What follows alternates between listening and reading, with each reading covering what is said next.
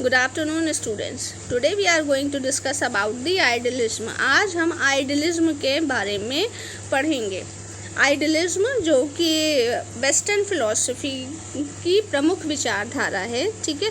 Western पश्चिमी विचारधाराओं में प्रमुख विचारधाराओं में आइडियलिज्म का नाम आता है। तो लेट्स बिगिन विद आइडियलिज्म, जिसको हम लोग हिंदी में आदर्शवाद के भी नाम से जानते हैं।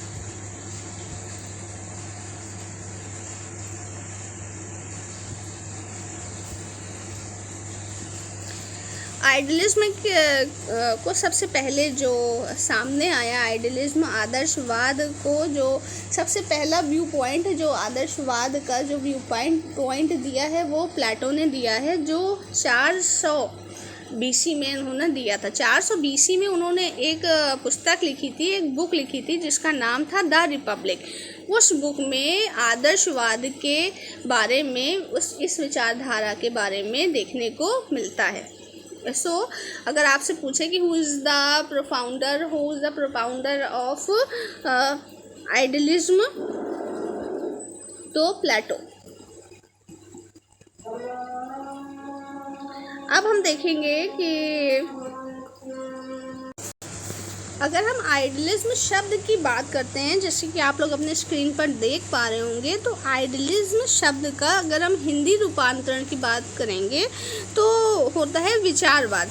यानी कि विचार यानी क्या है, आइडिया। ये क्या करता है, इसका बेसिक जो कॉन्सेप्ट है वो ये है कि आइडियलिज्म जो है वो विचारों की सत्ता पर, विचार जो है हमारे थॉट्स हैं, जो हमारे आइडियाज़ हैं, उस पर बिलीव करता है। इसके अकॉर्डिंग जो है, जो अंतिम सत्ता है, जो लास्ट जो है सत्ता, वो क्या है, हमारा विचारवाद है, यानी कि हमारे विचार हैं। अच्छा, विचार कैसे? ऐसे विचार जो क्या है, जो सुप्रीमेसी ऑफ स्पिरिचुअलिटी, यानी कि जो अध्यात्म को माने। ठीक, विचार जो है हमारे क्या है, जिसमें क्या हो, हमारे जो अध्यात्म को माने, जो हमें अध्यात्म से जोड़े। यानी कि आप समझ गए होंगे कि आइडियलिज्म किस पे बेस्ड हो रहा है, आइडियाज़ पे बेस हो रहा है, और ऐसे आइडियाज़ पे जो हमें स्पिरिचुअलिटी यानी कि हमारे अध्यात्म से हमको क्या करते हैं, जोड़ते हैं। ये कहते हैं supreme power of this universe, ये पूरे यूनिवर्स की जो पावर है, ठीक है, जो पूरा यूनिवर्स है वो क्या है, इस आइडिया। ठीक, मतलब जो इम्पोर्टेंस है पूरे यूनिवर्स में, यूनिवर्स की जो इम्पोर्टेंस है वो हमारी किस पे बेस्ड है, आइडियाज़ पे बेस्ड हैं। और ये आइडियाज़ कैसे हैं, जो स्पिरिचुअल हैं, जो आध्यात्मिक हैं, यानी कि अध्यात्म पे इन्होंने क्या किया है, अध्यात्म की सत्ता पर ज़्यादा इन्होंने फोकस किया है बनिस्बत जो वर्ल्डली नॉलेज है या सांसारिक चीज़ें हैं, इससे क्या किया है इन्होंने, इनका जो एक अंतिम लक्ष्य है, जैसे हम कहते हैं कि अल्टीमेट जो गोल है वो मोक्ष को प्राप्त करना है। ठीक है, तो ये मोक्ष को ये कहते हैं कि हम लोग अध्यात्म के माध्यम से ये संसारिक जो जाल है, ये संसार है, उससे क्या पाएंगे, छूट पाएंगे, और क्या कर पाएंगे, अध्यात्म के माध्यम से। यानी कि ये पाथ बताते हैं, इसको अध्यात्म को पाथ बताते हैं कि इस पाथ पर चल के वर्ल्डली, जैसे हम लोग वर्ल्ड में हैं और अध्यात्म के मार्ग पे चलकर स्पिरिचुअलिटी के पाथ से होते हुए हम क्या करेंगे, हम मोक्ष को, हमारे अल्टीमेट गोल को क्या कर पाएंगे, अचीव कर पाएंगे। तो आपको इस बात से समझ में आ गया होगा कि जैसे कि इन्होंने कहा कि हम अपने मोक्ष को यानी कि अचीव करने का एक मार्ग है, यानी कि स्पिरिचुअलिटी, और हमको ये हमारे ये सांसारिक बंधनों से मुक्ति दिलाती है, हमारी वर्ल्डली जो भी बॉन्डिंग्स हैं उससे क्या करते हैं, हमको छूट दिलाती है। तो यानी कि इन्होंने जो वर्ल्ड है उसको सेकेंडली प्लेस पर रखा है, और क्या किया है, जो स्पिरिचुअलिटी है इसको क्या किया है, फर्स्ट प्लेस पर रखा है। इन्होंने जो इम्पोर्टेंस ऑफ ह्यूमन बीइंग, ठीक है, इन्होंने कहा है जो संसार में लोग आते हैं और जो वर्ल्डली, जो पूरा वर्ल्ड का क्रिएशन है वो इस बात से है कि ह्यूमन बीइंग पे डिपेंडेंट है पूरा वर्ल्ड का क्रिएशन। तो जो भी डेवलपमेंट होगा वो ह्यूमन का डेवलपमेंट होना चाहिए। यानी कि इन्होंने नेचर को बहुत ज़्यादा कुछ ऐसे विचारधाराएं हैं, कुछ ऐसे थॉट्स हैं, स्कूल्स हैं, ठीक है, फिलॉसफी के कुछ ऐसे स्कूल्स हैं जो कि नेचर को बहुत ज़्यादा मानते हैं। उनका पूरा जो फोकस है वो नेचर पे है। बट ये कहते हैं कि जितनी भी संसार की जो चीज़ें हैं वो अगर बनी हैं, चाहे वो नेचर हो या कोई और भी ऑब्जेक्ट हो, वो बेसिकली किसके लिए है, ह्यूमन के लिए है। और ह्यूमन क्या करना है, ह्यूमन का मेन एम क्या है, मोक्ष को प्राप्त करना। और किस पाथ पे जाकर मोक्ष को वो प्राप्त करेगा, स्पिरिचुअल पाथ से होते हुए वो क्या करेगा, मोक्ष को प्राप्त करेगा। I hope you all understand this. अब हम अपने नेक्स्ट पे चलते हैं। अगर हम इम्पोर्टेंट सपोर्टर्स की बात करेंगे आइडियलिज्म के, जैसे कि आप देख रहे होंगे देयर आर 2 पार्ट्स, इसमें 2 पार्ट्स हैं।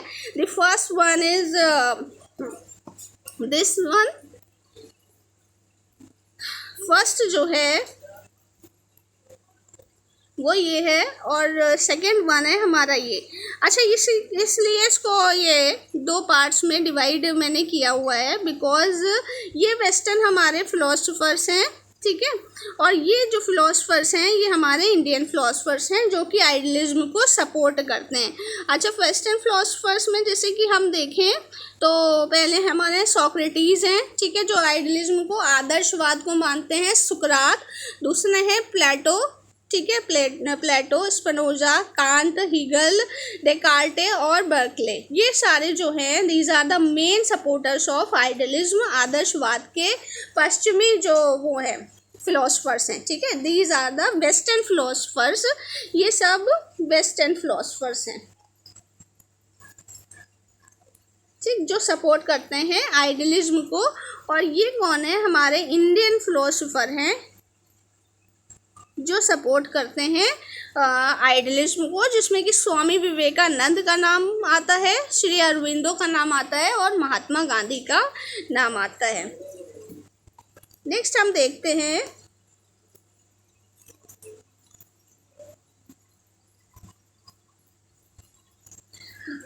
आइडियलिज्म जो है उसका जो एम है, अभी हमने जो पढ़ा वो हमने देखा कि आइडियलिज्म का मेन एम क्या है, आइडियलिज्म का मेन प्रिंसिपल क्या है, उसके सिद्धांत क्या है। अब हम उसको एजुकेशन से रिलेट करके देखेंगे कि what was the aim of education, आदर्शवाद में क्या है, शिक्षा के सिद्धांत क्या होने चाहिए, ठीक है। अगर जो आदर्शवादी मतलब है, अगर हम आदर्शवाद को बेस बनाते हैं तो एम्स ऑफ एजुकेशन जो होगा वो क्या होगा, इस बारे में हम डिस्कस करेंगे। जैसे फर्स्ट ऑफ ऑल मैंने अभी आपसे ये बात कही थी कि ये ह्यूमंस पे ज़्यादा क्या करते हैं, फोकस करते हैं। तो अगर ये ह्यूमंस पे ज़्यादा फोकस करते हैं then you all understand this कि मानव पर अगर बहुत ज़्यादा ध्यान देते हैं तो it focus on the all round development of human, ये मानव के ऑल राउंड डेवलपमेंट पर क्या करेंगे, तो फोकस करेंगे।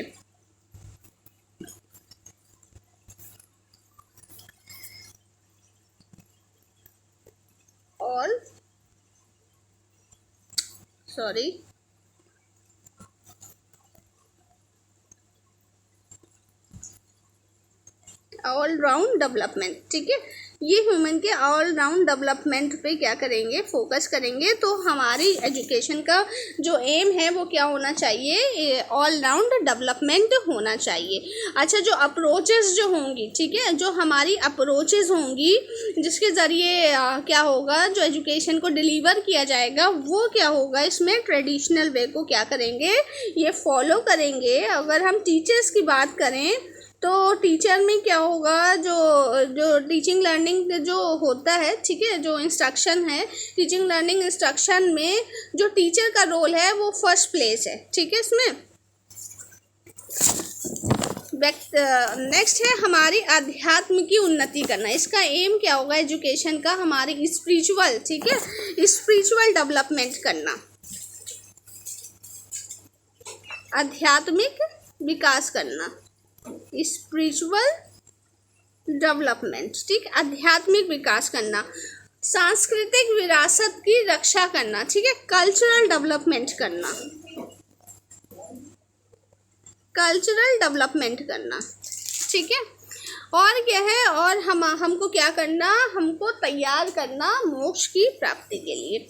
अच्छा, नेक्स्ट जैसे हम देखते हैं कि और क्या क्या चीज़ें जो हैं इसमें अटैच्ड की जा सकती हैं, मतलब जो आइडियलिज्म जो है, आइडियलिज्म जैसे को फॉलो करते हुए एजुकेशन में, तो जैसे हम टीचर का रोल देखते हैं, जैसे कि यहाँ पे लिखा हुआ भी है कि रोल ऑफ द टीचर अगर क्या होगा, ठीक है, इसमें रोल ऑफ टीचर क्या होगा, इसमें जो टीचर का रोल होता है वो मेजर रोल प्ले करती है। और टीचर गुरु ऐसा होता है, गुरु को इस तरह से माना जाता है कि गुरु क्या करेगा, हमको मोक्ष की तरफ ले जाएगा। हमारे जो लाइफ का अल्टीमेट गोल है उसको अचीव करने के लिए गुरु क्या करेगा, हमारा टीचर क्या करेगा, हमारी हेल्प करेगा। So it he or she occupies the main place, ठीक है। इसको क्या कहें, मतलब गुरु जो है हमारी मुख्य जो स्थान है उसको प्रमुख स्थान दिया गया है। स्टूडेंट्स जो हैं वो सेकेंडरी इसमें क्या है प्लेस ऑक्यूपाई करेंगे। कैसे सेकेंडरी प्लेस पर है, क्योंकि जो कुछ भी है, जो स्टूडेंट है एज अ फॉलोअर क्या होगा, फॉलोअर के तरीके गुरु को क्या करेगा, फॉलो करेगा और गुरु को ही परम मतलब मानेगा, और जो गुरु कहेंगे वही सत्य होगा उसके लिए, ठीक है।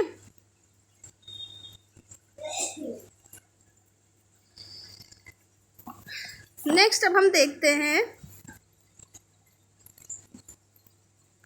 टीचिंग मेथड क्या क्या इस्तेमाल करेंगे आइडियलिज्म में। हम लोग अगर टीचिंग मेथड्स की बात करें तो जैसे कि जो सोक्रेटिस का मैंने नाम लिया था अभी आपके सामने कि इसमें जो प्रोपोनेंट्स हैं उसमें सोक्रेटिस का नाम मतलब आता है। तो सोक्रेटिस ने क्वेश्चन आंसर मेथड को इंट्रोड्यूस किया था।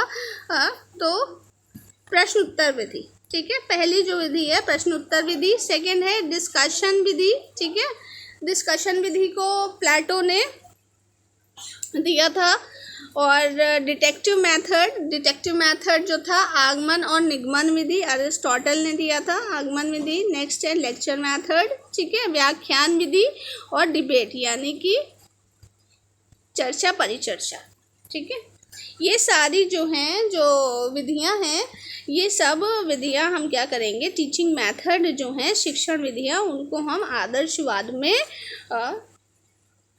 अगर हम आदर्शवाद को बेस बनाकर टीचिंग मेथड्स को शुरू करते हैं, टीचिंग मेथड्स को अपने मतलब करिकुलम में रखते हैं, तो हम ये टीचिंग मेथड्स जो हैं इन टीचिंग मेथड्स को फॉलो करेंगे। नेक्स्ट अब हम देखते हैं कि करिकुलम। अच्छा, एक जो इसका बहुत ही ज़्यादा मेन एम है वो है कि आइडियलिज्म में क्या है कि स्पिरिचुअल वैल्यू जो है सत्यम शिवम सुंदरम यानी कि ट्रुथ ब्यूटी एंड गुडनेस, ठीक है। ट्रुथ ब्यूटी एंड गुडनेस पे क्या किया है, बहुत ज़्यादा इन्होंने फोकस किया है। जो मेन इनका कहा जाता है सत्यम शिवम सुंदरम, ठीक है, इस पे इनके प्रिंसिपल जो हैं वो बेस हैं ट्रुथ ब्यूटी एंड गुडनेस पर। तो इन्होंने कहा कि ये तीन जो स्पिरिचुअल वैल्यूज़ हैं इसी के ऊपर अगर हम करिकुलम कंस्ट्रक्शन की बात करते हैं, अपने पाठ्यचर्या के निर्माण की बात करते हैं कि तो उसमें क्या होता है कि जो उसका जो बेस बनेगा वो होगा इंटेलेक्चुअल, एस्थेटिक और मॉरल, ठीक है। तीन तरीके का बनेगा, बौद्धिक, कलात्मक और नैतिक, ठीक। स्पिरिचुअल, इंटेलेक्चुअल यानी कि बौद्धिक, एस्थेटिक यानी कि कलात्मक and the third one is moral यानी कि नैतिक, ठीक। ये तीन जो होंगे वो इसके मेन बेस बनेंगे और इसी के ऊपर क्या करा जाएगा, करिकुलम का कंस्ट्रक्शन किया जाएगा। अभी हम नेक्स्ट देखेंगे कि कौन कौन से ऐसे सब्जेक्ट्स होंगे करिकुलम में, कौन कौन से ऐसे सब्जेक्ट होंगे जिनको हम बेस बना सकते हैं जब हम करिकुलम डिज़ाइन करें, जब हम सब्जेक्ट्स को रखेंगे अकॉर्डिंग टू आइडियलिज्म। तो देयर आर सम सब्जेक्ट्स, वो सब्जेक्ट्स हैं जिसमें कि फर्स्ट सब्जेक्ट हमारा लैंग्वेज है, ठीक है, भाषा है, हमारा साहित्य है, लिटरेचर है, हमारी इतिहास है, ठीक है, दर्शन शास्त्र है, इथिक्स है, नैतिक मूल्यों के लिए हम इथिक्स को वो करेंगे। हमारी आर्ट है, हमारे सांस्कृतिक विकास के लिए हम आर्ट को उसमें रखेंगे।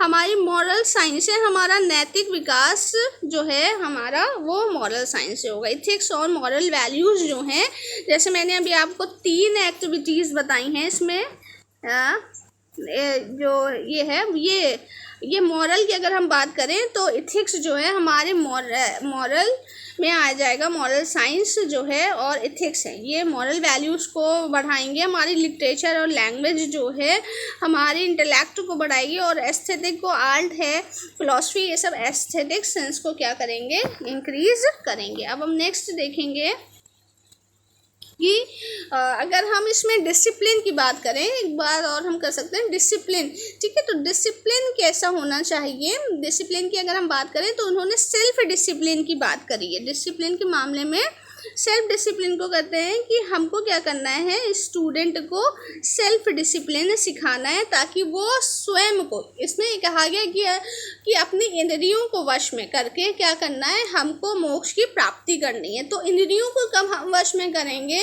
जब हम क्या कर पाएंगे, अपने आप को जब सेल्फ डिसिप्लिन में रहेंगे। जब हम इंद्रियों को वश में उसी वक्त कर सकते हैं जब हम खुद स्वयं क्या करेंगे, सेल्फ डिसिप्लिन यानी कि अनुशासन को फॉलो करेंगे। हम लोग स्व अनुशासन के फॉलोअर्स होंगे तो हम क्या करेंगे, जो हमारा अल्टीमेट गोल है हम उसको क्या कर पाएंगे, अचीव कर पाएंगे। So it's all completed. अगर आप लोगों को कुछ और ऐसे चीज़ें हैं जो आपको आइडियलिज्म में नहीं समझ में आई हैं इसमें, so please contact me. Okay, good day, have a nice day.